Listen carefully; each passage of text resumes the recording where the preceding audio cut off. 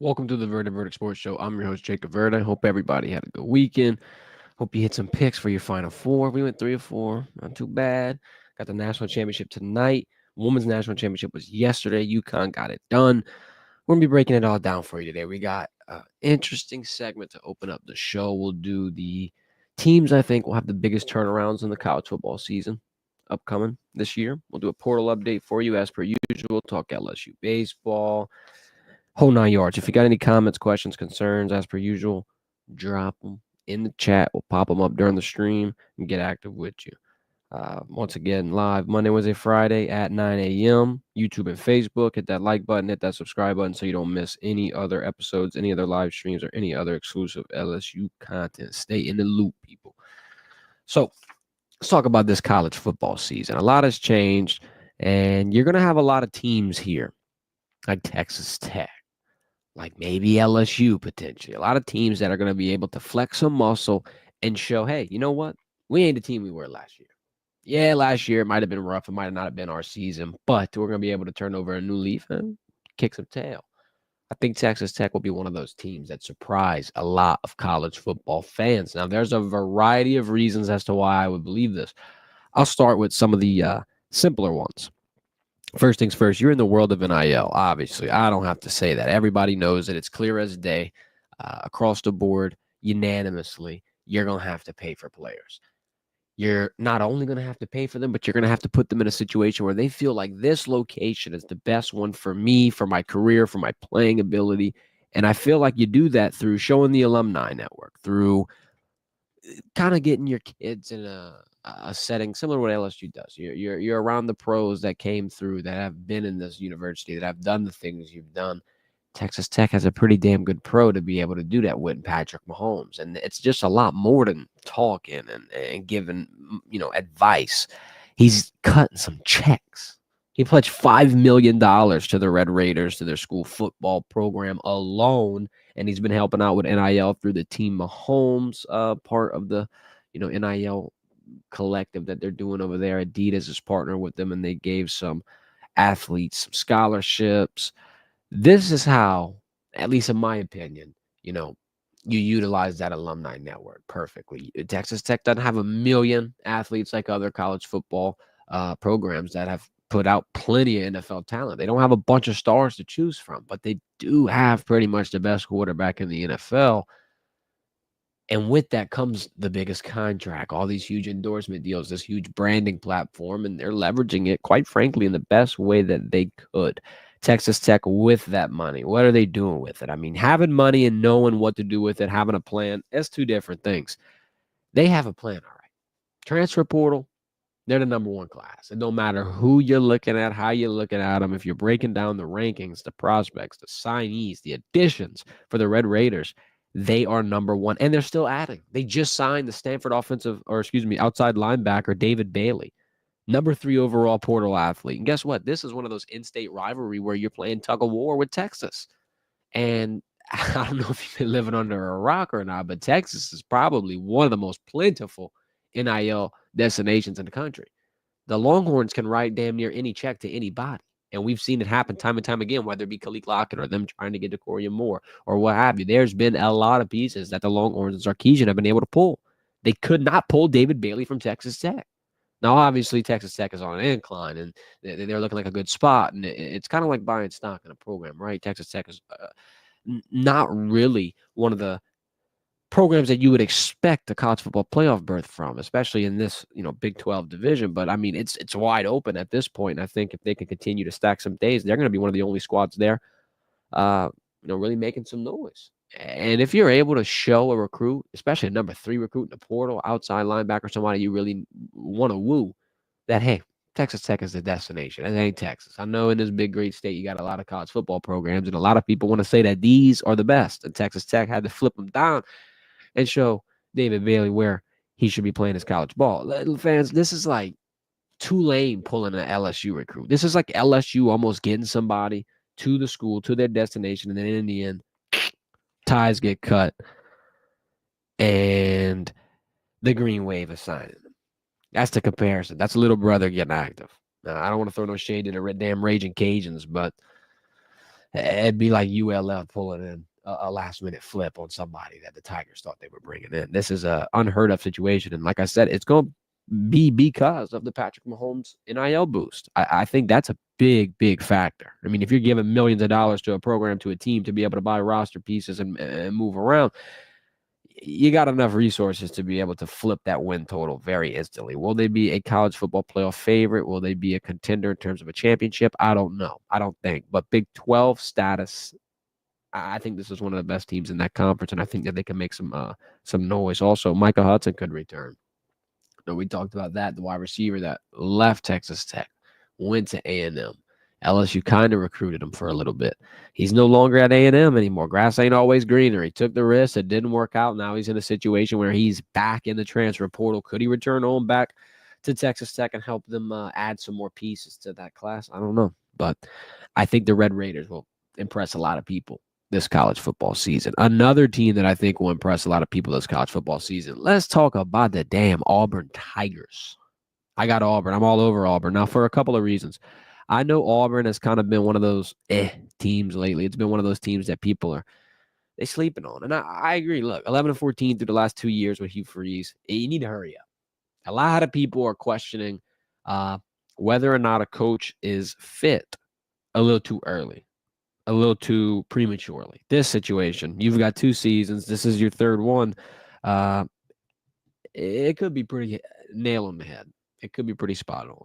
This take on Hugh Freeze and Auburn kind of being slow as molasses through the first couple of seasons. Now, with that being said, I feel like it goes without saying, if you got another one of these seasons in your third year, you're probably going to worry about getting canned. It might not happen instantly. We've seen a lot of grace here. One of the biggest situations I can compare grace to in the SEC would be Billy Napier getting another shot. And at the end of the year, it all worked out, and now he's got another year. So Hugh Freeze has a situation where he's on the hot seat a little bit, maybe not too bad, but he got some talent that he's going to have to work with, because if he can hit the portal like he's doing right now, get Jackson Arnold, pay him the damn $2 million, which, by the way, is absolutely crazy. The worth on a quarterback here in college football now is crazy. But if you're going to lock and load in that portal like that, I believe you have to somehow, some way win at least 8 to 9 games. And I know that's a big, big ask. A lot of people are probably wondering, big ass, 8 damn wins. That's a 4-loss season. LSU fans would be vomiting. Last year, they only won 5. Vegas literally has them at 7.5 games. That would be a 3-game improvement already if you got 8 wins. That's how bad Auburn has been. And when I'm saying this, I'm not saying that Auburn's going to be a team that is a college football playoff lock. That ain't what I'm saying. What I'm saying is this team has the ability to be able to turn around instantly. Maybe not an instantaneous rebuild going from 5 wins to 12, but they could creep near that double-digit win mark. They've got an interesting start to the season as well. I believe that they could probably start 3-0. But you're going to have a tough 3-game stretch, obviously, with the SEC going, but they don't have a horrible start. They can add some momentum, get comfortable, and by the time that 3-game stretch rolls around, you can have a couple of games, couple of wins under your belt, and I think now you're in a completely different situation. They also added the top-rated skill player in the portal, Eric Singleton, 4-star wide receiver from Georgia Tech. Look, Jackson Arnold is the cream of the crop of this class for Auburn, and I know it's not the biggest piece. He had a rough year in Oklahoma, but sometimes the second destination, sometimes when Jackson Arnold or a Jaden Daniels or a Joe Burrow or all these different pieces, Cam Ward, sometimes when they go to a second spot, they're able to make it click. I'm not going to rule him out because that first spot wasn't the best or his first big opportunity. It was SEC play. It was Oklahoma. It was getting through the growing pains. I do think that Auburn will be a team to watch next year. Last team that I'll tell you that I think will turn a lot of heads in 2025, especially considering the expectations they had last year in preseason, all these things. LSU. Come on, bro. I couldn't leave them out. I couldn't leave out the Tigers, bro. I couldn't leave them off this damn list. I got to be real, though. I'm being honest. I'm being unbiased. I'm being objective. I'm being real with you. I think that LSU has the ability to completely flip over the narrative on its head. The narrative on its head right now is it is a borderline top 5 SEC team. They might not make the SEC title game. They're be hanging on a thread to get into the college football playoff. That is the general consensus. I think that man on the screen right here, he can flip all that on its head. Garrett Nussmeier has the ability to be the best quarterback in college football. Is he going to be? Will he? All that is completely separate from the fact that he has the potential to do it. I feel like he's really the best. Could be the best in the SEC for sure. You add all the offensive pieces. It's stacked to the gills. You got just about any single thing you could have wanted if you're an LSU fan. You get some wide receiver pieces. Obviously, you signed some running back pieces. You transfer in some offensive line pieces. You got some tight ends. I mean, you even poured in a damn quarterback. You've got every single thing on that offense that's going right. Then on the defense, if you swap it over, they've had a major overhaul. That defense looks brand new. And I mean, we're talking about the areas of concern. D-line looks fantastic. The pressure has been getting in consistently. Now, yeah, the offensive line is going to have to grow a little bit, and that's one of the worries that I would say for LSU. But, I mean, you've seen a lot of great stuff. Even the DB depth has been off the chart. Like I said the other day, you got damn near 4 starters in each position, safety and corner, that you could throw out there. You got a lot of rotational pieces. I think you can go from a non-playoff contender to a potential damn championship contender. Yeah, I said it. I know that's an egregious take sometimes to some people, but if LSU's in a spot where they weren't making the playoffs last year and then boom, flip it over, they could be a damn top 5 ranked team halfway through the season. That's an instantaneous turnaround. That's a turnaround to make you go from nothing to something real quick. Shout out. I really do think that Garrett Nussmeier is going to be put on a masterclass this season. I want to cycle back to something that I talked about. We talked about Nuss and his first year starting and him throwing the ball through the air more yards than any first-year starter in recent memory through Jaden Daniels, through Joe Burrow. Nussmeier had over 4,000 passing yards. Now, we had someone in the comments talk about, well, passing yards doesn't always mean accuracy. We're not saying that. We're talking about, simply put, the criticism on Garrett Nussmeier that fans are talking about. The criticisms are he didn't throw the ball deep enough. He's not gunslinging. We had a couple of them in the stream ourselves. Ridiculous comment, in my opinion. Yeah, obviously throwing for 4,000 yards doesn't guarantee accuracy, but you know what does? Let's break down the damn passing completion rates. Let's look at the accuracy straight up. First year starting, Joe Burrow, 57% completion percentage. Jaden Daniels, first year starting, 68% completion percentage. Garrett Nussmeier, 64%. The only other player, so he is 7% better than Joe was in his first year, and Jaden is 4% better than him. But look at this. Nussmeier in his first year attempted 525 passes. Jaden attempted 388. Jaden has 4 better completion, but on 137 fewer attempts. All I'm saying is Nussmeier threw for 4,000 yards, 500 attempts, and he kept his accuracy at over 60% clip. That's something Joe Burrow did not do. And I'm not sitting here saying Nussmeier's better than Joe Burrow. This offense is going to be better than 2019. That's not what I'm saying. I'm just talking about in terms of linear progression. Garrett Nussmeier is ahead of the curve. If you can get Garrett Nussmeier hemmed in this offseason, if you can get him comfortable with that offensive line, chemistry with the new wide receiver pieces, that's the guy. That's the best person in college football in terms of going behind the center and throwing a damn pigskin. We want to talk about, oh, he didn't go deep, oh, the gunslinger, this and that. It's bullshit. I don't care. I feel like the completion, the amount of yardage, all the things we've seen from him puts him in the conversation to be one of the best quarterbacks in college football. Yeah, we want to see instant success. Yeah, we want to see playoffs. Yeah, we want to see national championships.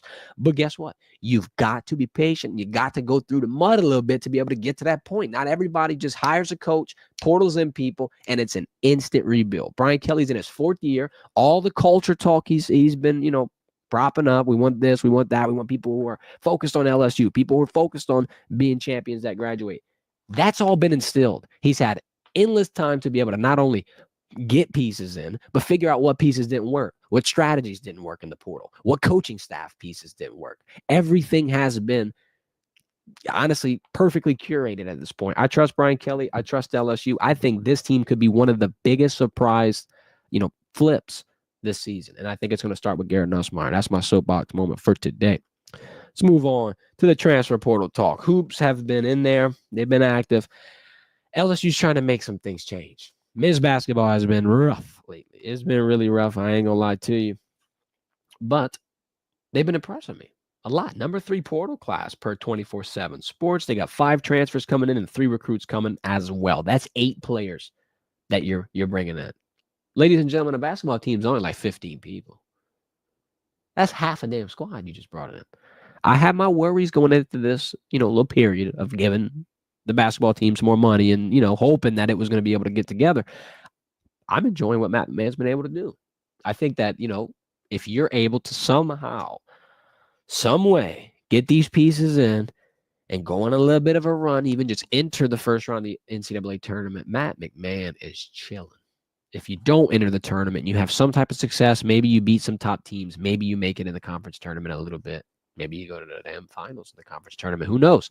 Then I can maybe see them kind of working out one more season. But in the end, if it's another year like the last few, it's going to be rough because you don't want to just sit here and keep waiting and keep waiting and keep waiting. Because sometimes action is better than hypotheticals, right? I mean, actions speak louder than words a million times. Winning speaks louder than transfers. So if all these transfers don't pan out to success, then obviously I think this is going to be one of those projects that are one and done. And more than likely, you're going to see all of these pieces leave again because when a coach gets dismissed and the staff clears, that's normally what happens. I really do want to say, though, I feel like the pieces that you lost, the Corey Chess, the Victorious Millers, those were kind of understated pieces. Now, I know that, the focus was on Cam Carter. The focus was on Jalen Reed. The focus was on a lot of different people this season that had different roles. But I think in these regards, you see Corey go to Ole Miss. You see Victorious go to Oklahoma State. It kind of shows me the value that they had. And it wasn't necessarily hidden, and it's not saying that they're going to be instant successes.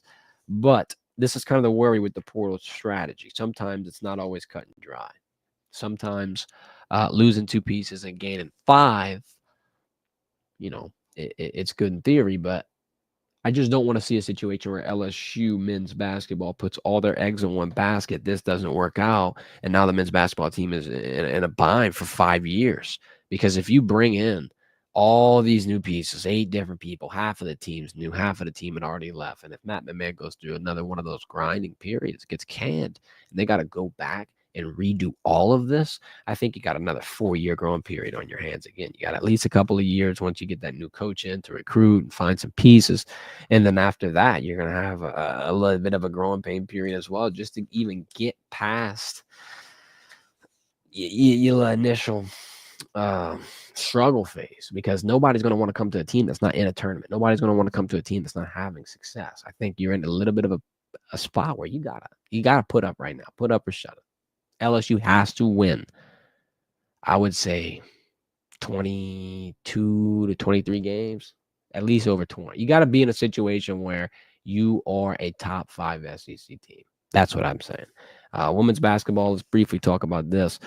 Obviously, you lost Poa, you lost Samaya. I feel like that's going to clear up a little bit of money to send the house at Big 4. We haven't seen Flaugier make an official announcement. I talked about it on Friday. I'm not saying I'm worrying. I'm not saying I would instantly, freak out. But there's some things that you do have to consider here if you are LSU.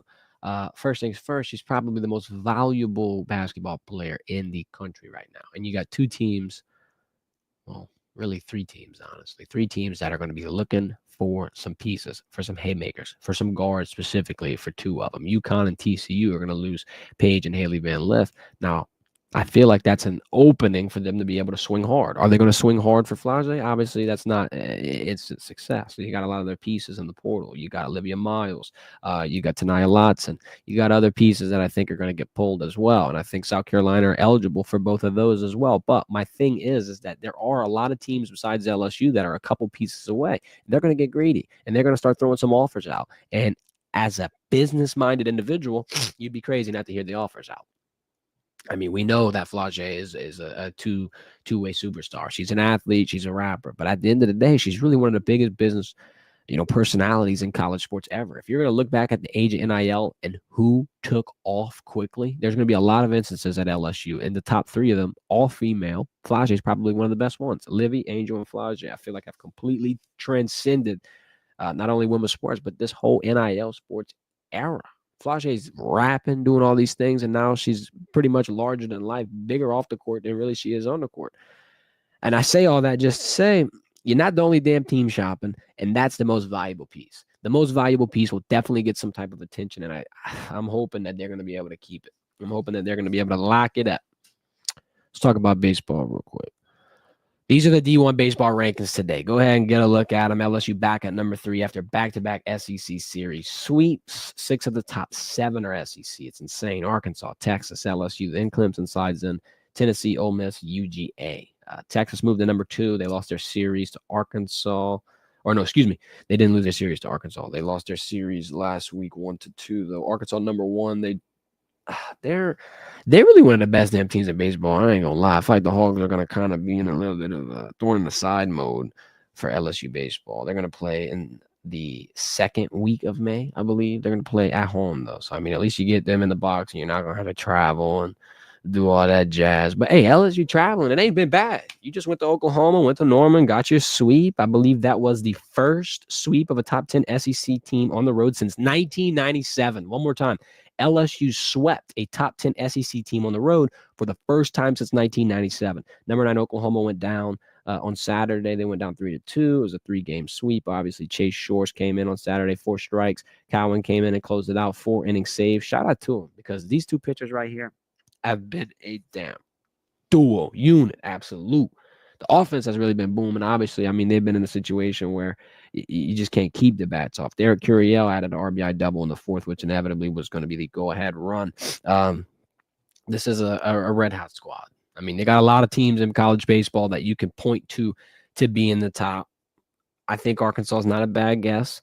Tennessee obviously is a really good team, even though they dropped, which everybody loves. Had a rough series versus A&M. They lost the last 2 games of that series. I don't know, man. I think LSU's in a bit of a interesting spot. They're playing Nichols tomorrow at 6 p.m. in Thibodeau. Their next series will be Auburn this weekend. They got Tennessee in 3 weeks at home, A&M on the road the first week of May, and like I said, Arkansas at home on the second week of May. You're about to enter the damn gauntlet. You are about to play 3 of the toughest teams in the SEC, so good luck, and hopefully it works out for you. Yeah. Vols got Ole Miss on the road this weekend, by the way. Arkansas, though, this is why I think Arkansas is the best team in college baseball. They absolutely smushed Mizzou. Scored in bunches, too. First game, they scored 21. Second game, 14. Third game, 16. You're averaging over 14 points per game. You look like a damn football team scoring out there. The Hogs are the squad to watch, to monitor, to beat, potentially. All right. Let me start playing with your heartstrings a little bit. Shedeur Sanders to the damn Saints? What are we talking about here? Look at the DraftKings odds. I had to check this out this morning. I couldn't believe it. But if you were going to place a bet on where Bust Down might be, perfect time, where is he going to play next season? The number 1 favorite team, Black and Gold. Again. That's interesting. You've been hearing all the rumors and all these pieces of, sound bites.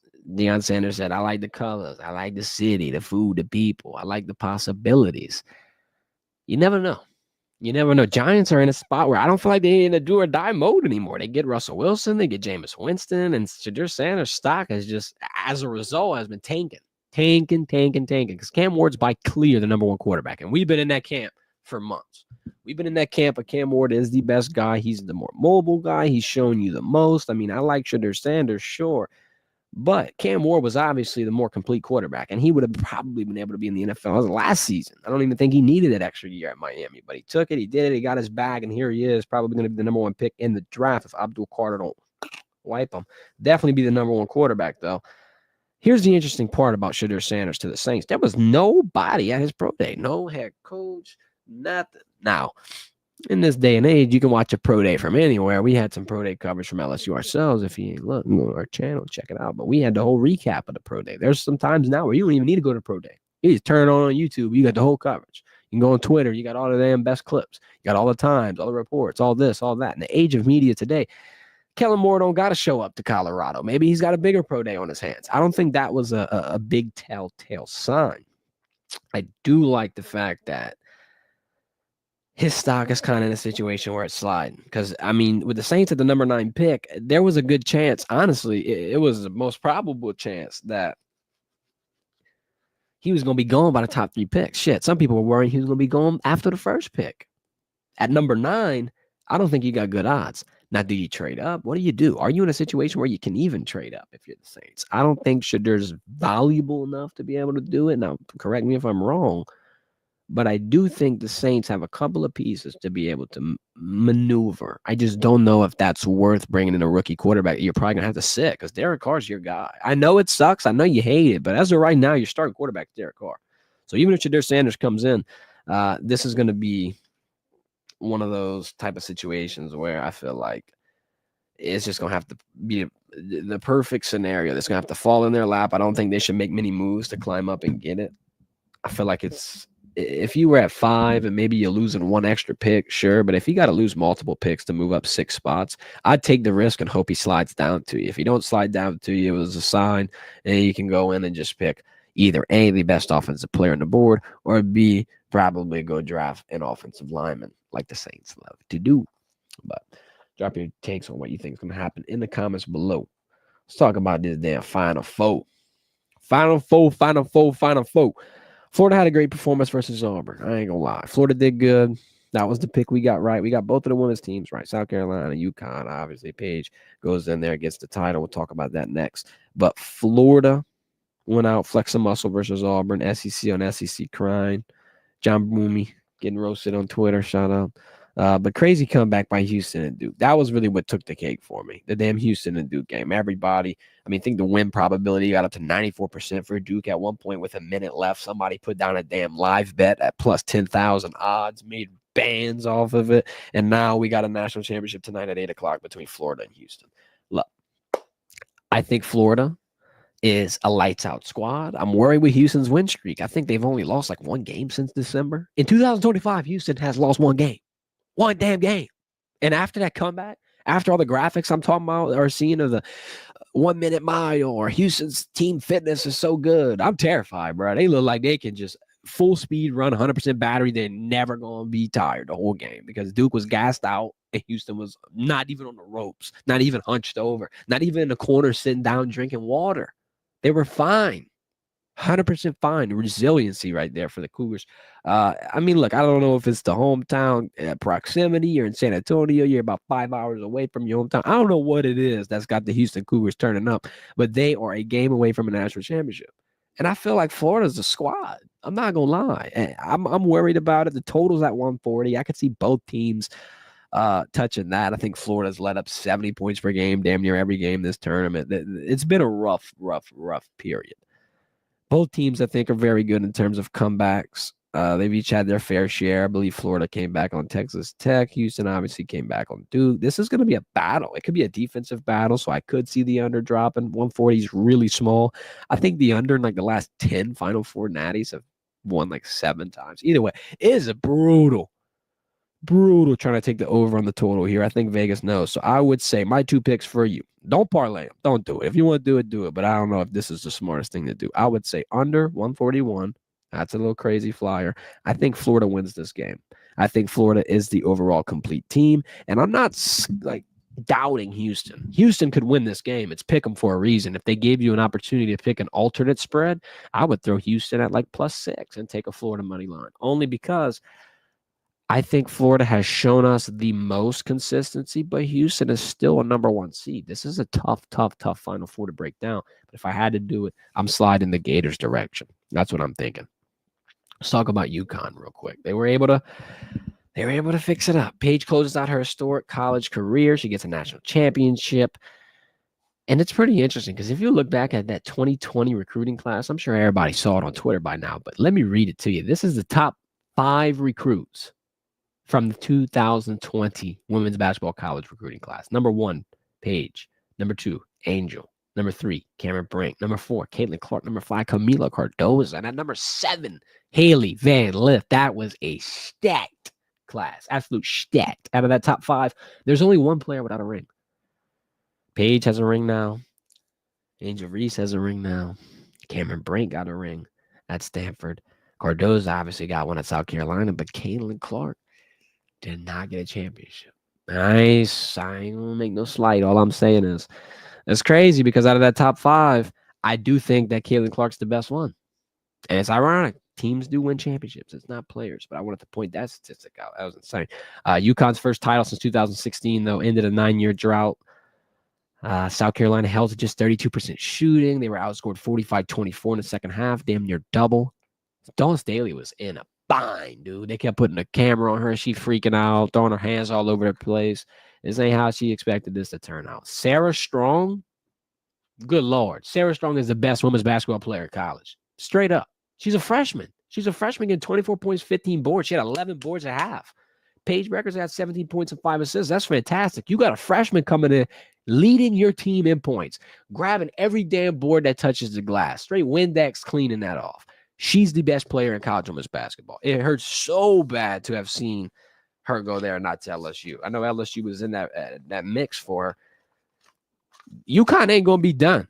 UConn is not done. This is my take. If they can enter the transfer portal and go grab either Olivia Miles, the one from Notre Dame, that guard that was supposed to be the number 2 projected pick and forego the NBA draft, her or Tanaya Ladson, you add either one of those pieces, I think that's going to be crazy squad. That's my take. Sarah Strong is the best player in college basketball. I know. They got a lot of pieces. They got a lot of players. We got one. Flage, Michaela Williams. I'm going to throw her in there as well. Sarah Strong does it all. And I don't think you can guard her. I mean, I don't think at all. South Carolina was in fits. I think everybody's going to be in fits. It's going to be an interesting run to end this portal. We got 15 days left, 2 weeks of the college basketball transfer portal. We're waiting on Flage to make an official announcement. We're waiting on it all. The minute it happens, we'll break it down as per usual. We will be live Wednesday at 9 a.m. Appreciate everybody for tuning in. Hope y'all have a good rest of your day. This has been the Verdant Verdict. On the way out, please give me a thumbs up. Tap that thumbs up. Tap that subscribe button. Helps us grow. Y'all have a good one.